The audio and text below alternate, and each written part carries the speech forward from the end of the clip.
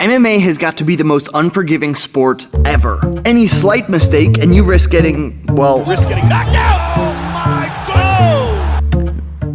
Not ideal. So because of that, it's actually pretty important for these fighters to not take any risk. This is where my buddy Jeff Chan comes in, professional MMA fighter. Jeff Chan must be one of the most efficient MMA fighters I know of. His arsenal looks like this: cross, low kick, double leg, and he sticks to his game plan like no other. But I'm gonna see if I can ruin his little plans. I'm gonna teach him how to do high flying, acrobatic, and crazy kicks, and I'm gonna see if he can learn them and use them against me.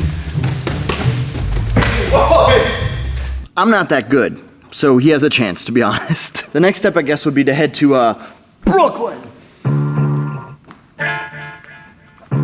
Hopefully I can find a song that has the word Brooklyn in it and then like a hard beat that's not copyright. I never thought I'd find myself in Brooklyn, New York. You know, a part of the city with concrete jungles and big lights that inspire you. Also, side note, is Brooklyn in the Bronx the same thing? Is it like a nickname? Is it shorthand or is it a different place? Anyway, before we can kick, I need to know what makes Jeff tick. Man, I've been in this city for like 2 seconds, I'm already rhyming. So I figured I'd sit down with Jeff for a quick interview to see if I can persuade him in the way of tomfoolery. Okay, so what makes a strike in martial arts efficient to you? Giving me some hard questions here. I would say something that's quick. Something that's quick, something that's on the outside. Actually better than I thought. Oh, What are your like go-to moves? definitely low kicks. Would you rather have speed or power? Speed for sure. Would you rather be able to jump higher or take people down? Surprisingly enough, his gaming style is pretty similar to his fighting style. No, I already lost the jump again. Dang. So, I lost. I typically go with Ness because I feel like my best play is the air play. Airplay, being in the air. Yeah. I feel like all characters can do that though. Well, let's see if Jeff's character in real life can do flying kicks. I've got 5 kicks lined up for him today, starting from easiest to hardest. So do you have any prior knowledge of jumping, spinning stuff? Maybe a skip teep, jumping teep. First one is gonna be a flying side kick. Step, jump, boom, side kick. That's it. The flying side kick's one of those mythical techniques that you see everyone do in every karate movie ever. Up, out. This kick's said to have been designed to kick people off of horses. Whether or not you believe that, I don't know. Yeah. But I'm starting to think Jeff Chan actually could. Tuck that back leg. What the heck? There you go. That was great. Cool. That's fantastic. What the heck? And you've never done that? No, never done it. But I'd say that's one of the most efficient ones. Okay. The next one we're gonna try is now. He brought this knee up, he jumped, and instead of front kicking, he went axe kick in the air. For some of these, it's like sheerly based on how much momentum you can get. Flick your foot up, whoop, and then pull it down. The jumping axe kick is actually something I'd only seen once, and I've never coached. Your hamstring has to be flexible enough to get all the way up in the air, but also strong enough to pull it back down. Really flick that toe up in the air. Yes, that was it. In other words, you gotta have better hammies than the best farm at the state fair to make this technique work. That's pretty slick. This one is literally just gonna like Whack straight down to the just head. go straight through somebody's face like an axe. Like an axe. Okay, we probably just need one. These are nice. Oh, you're gonna do one of these? Flip! Golly! That was good. So That's pretty cool. Won't do that on sparring though. that's what I was just thinking is, and I was thinking that one through, and I was Yeah, like, yeah. I don't know if I want to get hit by that. It's all okay. You can do it from a distance though. Flying colors, you're passing, left and right. I'm very impressed. I'm thinking next one, we go tornado kick. But before we move on, we need to talk about what makes these kicks work, or sometimes not work. All right, when you're throwing these kicks, let's talk about your momentum, or I guess I don't really have enough space. Your mom for short. Most of these flying kicks really depend on your mom because we generate power from the floor, being able to push up and off of it, and then throw our, let's say, low kick. So in the first kick, the flying side kick, we already directed your mom up and forwards, which means there's a bit of your mom that's left over that can carry us through to add power. since we don't have anything to push off of in here. But in the axe kick, your mom actually doesn't come into play until later. Look, we jump up into the air. We flick this foot up as high as we can, and then your mom doesn't come into play until it's on the way down. That's when we start to drive something down. What makes this hard though is the range. Because if your mom is moving forwards and then out, it's really easy for us to land this because people don't move as fast backwards as we do forwards. So we'll catch up. But when we're coming up and then back down, people can move out of the way really easily because we're going up and they're going out. The timing and the range is difficult.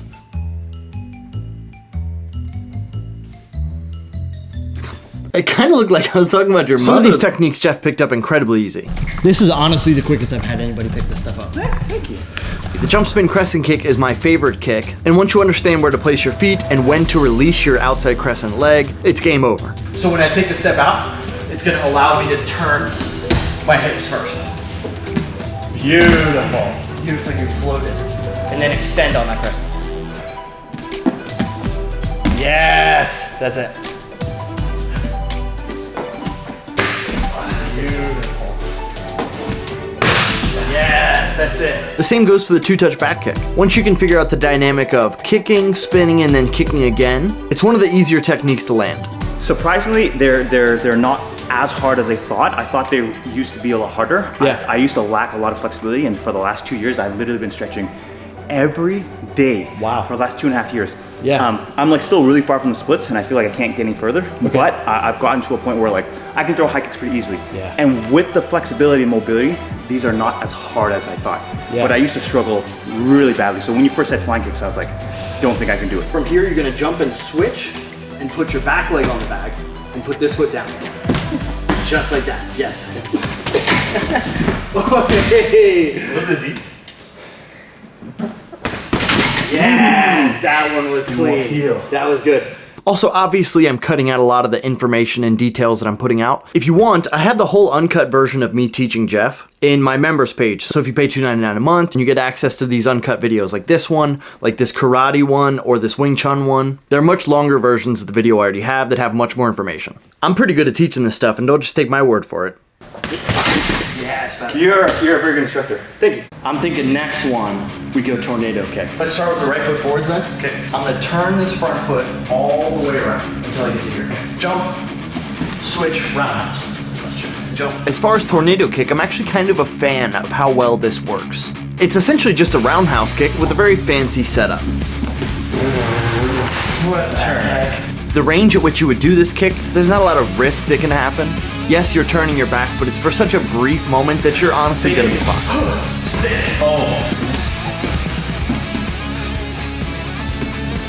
Beautiful. The accuracy is a little iffy on this one just because there's so many small details that you have to think about when throwing this kick. But honestly, as far as Jeff goes, I'm not too worried about how much accuracy he has because the power he puts behind this thing, This is really fun. even if he hits your shoulder, I think your arm would fall off. On the opposite side. That's crazy. Yeah. You gotta spin the opposite way 3 times. I don't know if that works or not, but I've heard that. Now that Jeff has learned all of these techniques, what's gonna make them work in sparring is their efficiency. The time that it takes to throw the strike, the power that it has once it gets there, the range in which you have to be at, some of them more risky than others, the accuracy, and of course, most importantly, to me, your mom. Now, I was gonna break down these 5 categories for these 5 kicks, but I figured it'd be more interesting to watch Jeff figure it out by himself. So with all that being said, let's see how Jeff pulls this off. And I guess how I pull this off too, because I'm not just gonna make him try it by himself. I think you're ready. Let's do it. Let's do it. My favorite part. Yes. I know you were. Pray for me.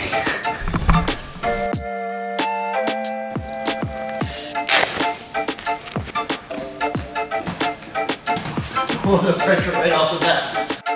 I'm not a sidekick guy. Like Yeah. my jumping moves are all flying knees, flying teeth, Yeah. flying roundhouse kick, Muay Thai basic. But I never did traditional martial arts like Kung Fu, karate, Right. Taekwondo. Honestly, once you get the distance, you're good.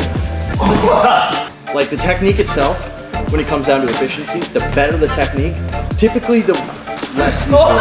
Like there's a margin of return that eventually you just, like, no matter how cool it looks, it's just not really helpful. Wait, that's not for that.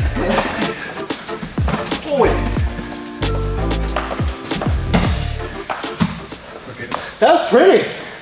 Yeah, That was good. These are hard to land. They're very hard to land. I have a hard time landing. Well, you also move. Well, so my strategy is the Ryu kick. I'm trying to get in your pocket, Yeah. close the distance like a karate fighter, Right. get you a scalp or get close enough, and then do that. Oh. Kick. Give him a little bump. Boom. And then- Okay, I see. One of the important parts that we'll have to work on is the missing aspect. So a lot of people think like, oh, just learn how to do it, learn how to do the technique, and you'll have it. But when it comes to sparring, you need to know how to miss it. You need to know how to bail on it. Because there's gonna be a lot of times that if you're taking these risks and you're throwing it, that you wanna be able to mitigate that by either bailing on it the last second, not throwing it when you don't have to, or even if you do throw it and then you miss, how to make up for that. Whether it's positioning or just getting out as fast as you can.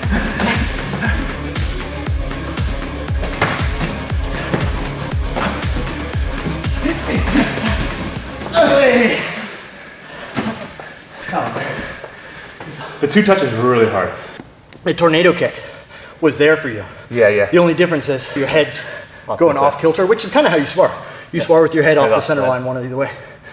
So it makes sense that you would kind of float to one side as you throw it, and typically you would float to my back. Okay, so I think you just gave me a tip. Let's do one more round. Okay, I'm done.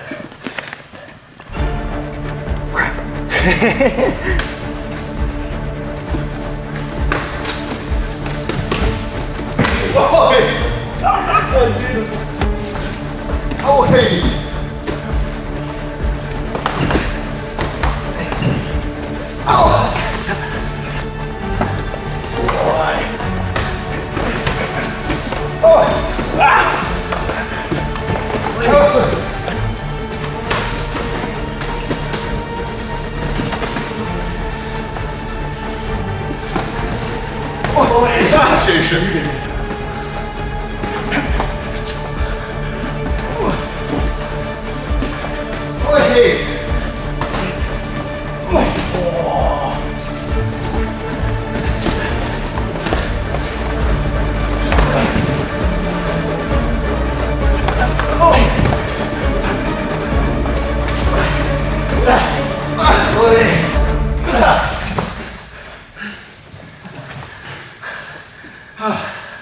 That's hard.